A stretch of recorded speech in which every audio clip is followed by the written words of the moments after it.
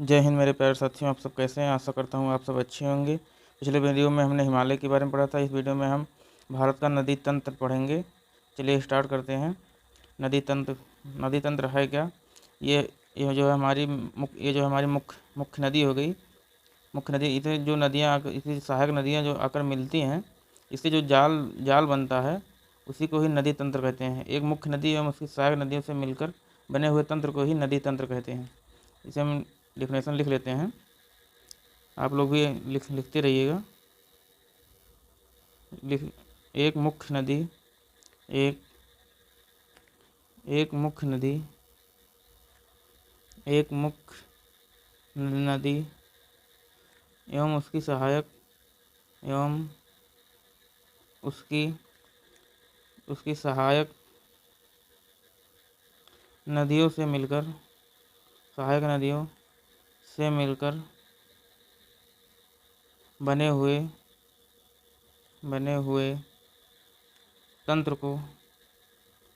तंत्र या जाल को जो है नदी तंत्र कहते हैं।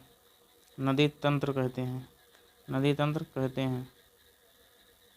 नदी तंत्र कहते हैं। ये हमारा जो है ये मुख्य नदी हो गई। इसे जो सहायक नदियाँ आकर मिलती हैं इसी को हम नदी तंत्र कहते हैं। और जो ये नदियाँ जो जल ग्रहण करती हैं इसलिए इन्हें जल ग्राहण क्षेत्र भी कहते हैं। कई सारी नदियाँ जो आकर मिल रही हैं इसलिए इसे जल ग्राहण क्षेत्र भी कहते हैं, इसलिए इन्हें जल ग्राहण क्षेत्र भी कहते हैं। आगे हम नदियों को जो है दो भागों में बांट लेते हैं। नदियों को जो है दो भागों में बांट लेते हैं। नदियों को दो भागों में बांट लेते हैं, दो भागों में डिवाइड कर लेते हैं। फर्स्ट है हिमालय से निकलने वाली नदियाँ।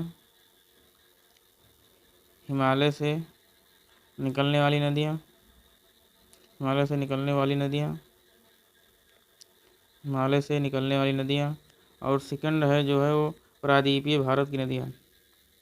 प्रायद्वीपीय भारत की नदियाँ प्रायद्वीपीय भारत की नदियाँ या इन्हें दक्षिण भारत की नदियाँ भी कहते हैं। हम हिमालय से निकलने वाली नदियों के बारे में पढ़ेंगे आगे। हिमालय से निकलने वाली नदियाँ हिमालय से निकलने वाली नदियाँ हिमालय से निकलने वाली नदियाँ। आप लोग भी हेडिंग डाल लीजिए। हिमालय से निकलने वाली नदियाँ, इन्हें जो है उत्तर भारत की नदियाँ कहते हैं। इन्हें जो है उत्तर भारत की नदियाँ कहते हैं। उत्तर भारत की नदियाँ कहते हैं। उत्तर भारत की नदियाँ कहते हैं। इसका स्रोत यानी ये नदियाँ निकलती कैसे हैं, कहाँ से? ये जो है इनका स्रोत जो है वो ग्लेशियर है। जब ग्लेशियर पिघलता है तो नदियों का निर्माण होता है। इनका स्रोत जो है ग्लेशियर है। इन नदियों में जल जो है हमेशा रहता है, इसलिए इन नदियों में जल हमेशा बना रहता है, इसलिए इन्हें जो है सदा नीरा या बारहमासी नदियाँ भी कहते हैं। इसलिए इन्हें सदा नीरा या बारहमासी नदियाँ भी कहते हैं। हिमालय से निकलने वाली नदियाँ जो है उत्तर भारत की नदियाँ। इसका स्रोत जो है ग्लेशियर इसका स्रोत जो है ग्लेशियर है। इन नदियों में जल जो है हमेशा बना रहता है, इसलिए इन्हें सदा नीरा या बारहमासी नदियाँ कहते हैं। आगे बढ़ते हैं।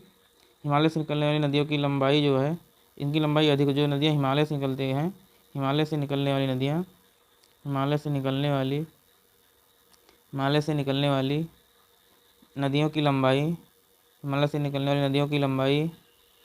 की लंबाई जो है अधिक होती है। नदियों की लंबाई अधिक होती है। ये नदियाँ जो है सिंधु नदी तंत्र के बारे में पढ़ेंगे। सिंधु नदी तंत्र और ब्रह्मपुत्र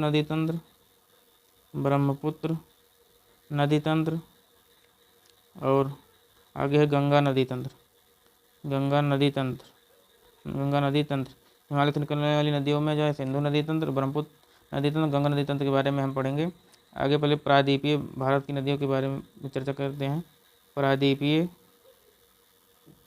भारत की नदियाँ इन्हें जो है दक्षिण भारत की नदियाँ भी कहते हैं। ये नदियाँ जो हैं मौसमी नदियाँ होती हैं। ये नदियाँ, ये जो है मौसमी नदियाँ होती हैं, यानी कि ये मौसम पर ही डिपेंडेंट होती हैं।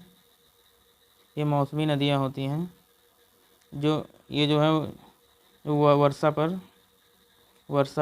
निर्भर होती हैं, वर्षा पर निर्भर होती हैं। इनकी लंबाई भी जो है कम होती है, इनकी लंबाई कम होती है, इनकी लंबाई कम होती है। ये वर्षा पर डिपेंडेंट है, इसलिए इनकी लंबाई भी जो है कम होती है। इन नदियों में गोदावरी नदी हो गई, गोदावरी नदी, नर्मदा नदी हो गई, नर्मदा नदी, उसके बाद महानदी, महानदी पर ही जो है हीराकुंड बांध बना है। हीराकुंड बांध जो है महानदी पर ही स्थित है। आगे आगे ताप्ती नदी,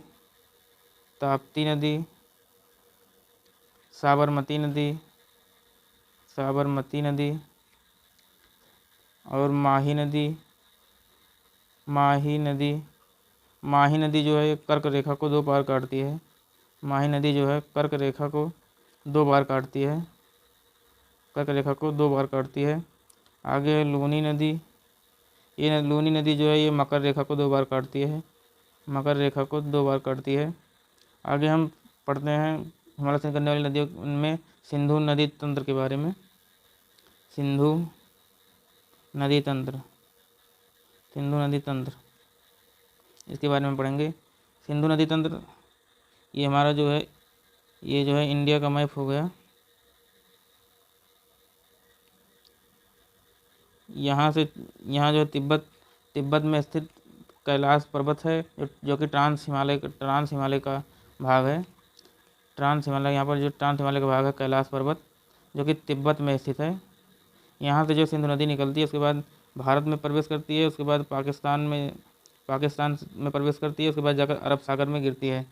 उसके बाद जो है अरब सागर में गिरती है। ये नदी जो है 3 देश से होते हुए निकलती है, एक तिब्बत हो गया, और एक भारत और एक पाकिस्तान।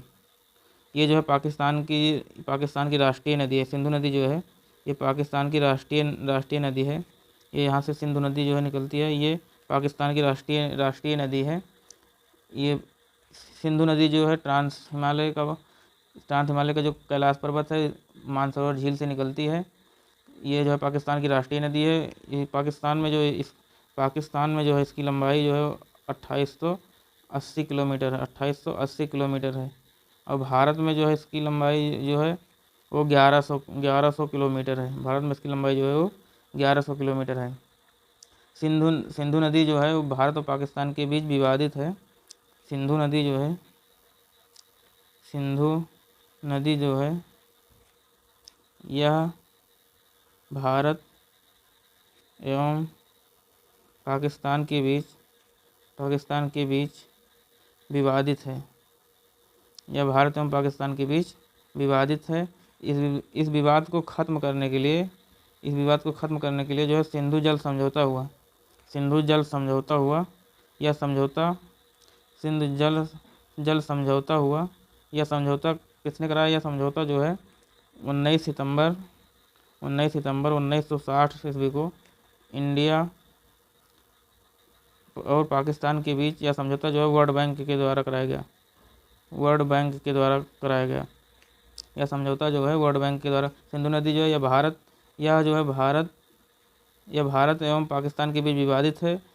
इस विवाद को ख़त्म करने के लिए सिंधु जल समझौता कराया गया। यह समझौता जो है भारत पाकिस्तान के बीच हुआ है, और इसे किसने कराया है? इसे वर्ल्ड बैंक द्वारा कराया गया है। इस समझौता में जो प्रस्ताव हुआ वो सिंधु नदी प्लस झेलम नदी और चिनाब नदी, इसका जो 80% जल वो पाकिस्तान यूज करेगा, और 20% जल जो है वो इंडिया यूज करेगा। और रावी ब्यास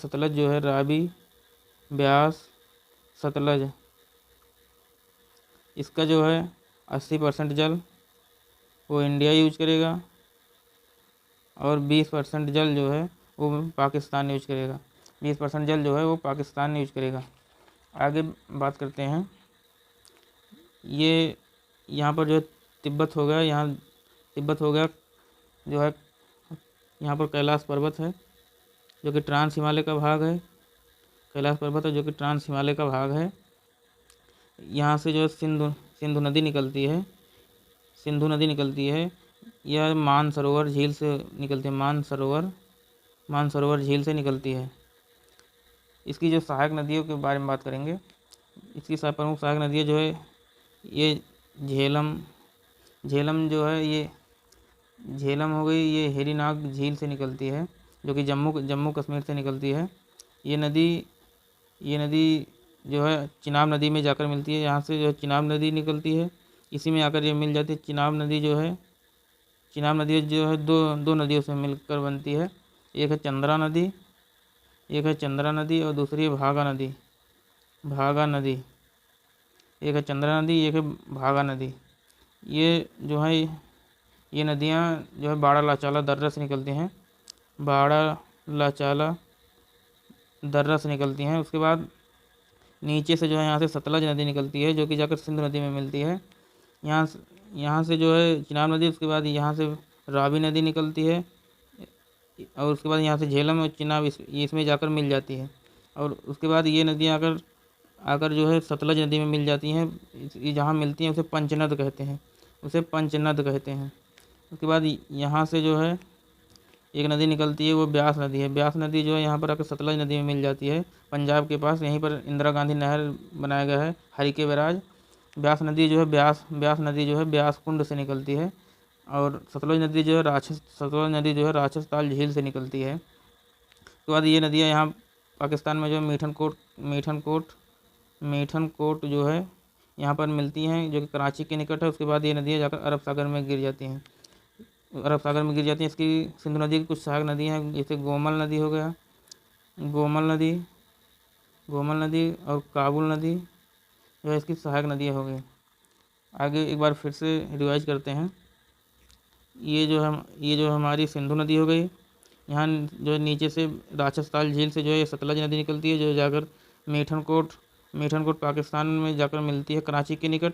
यहाँ से जो है इसकी सहायक नदी झेलम नदी निकलती है। उसके बाद यहाँ से नीचे से जो है चिनाब नदी निकलती है, झेलम नदी जो आकर चिनाब नदी में मिल जाती है। चिनाब नदी जो है दो नदियों से मिलकर बनती है, एक है चंद्रा नदी, एक है भागा नदी। ये जो है बाड़ा लाचाला दर्रा से निकलती हैं। उसके बाद ये नदियाँ आगे आकर फिर नीचे से यहाँ से जो है रावी नदी निकलती है।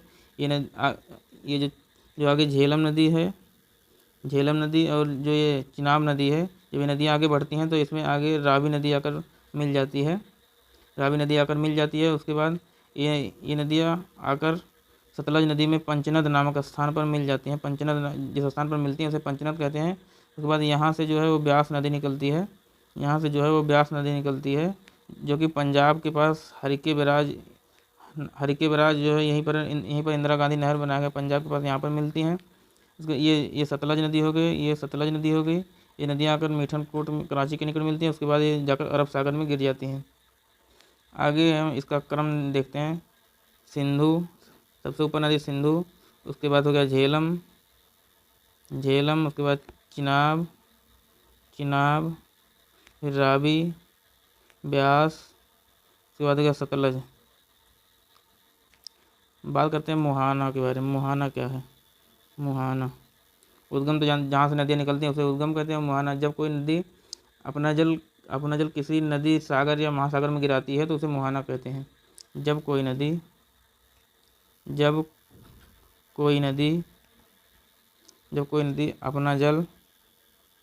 अपना जल किसी नदी या सागर, महासागर में गिराती हैं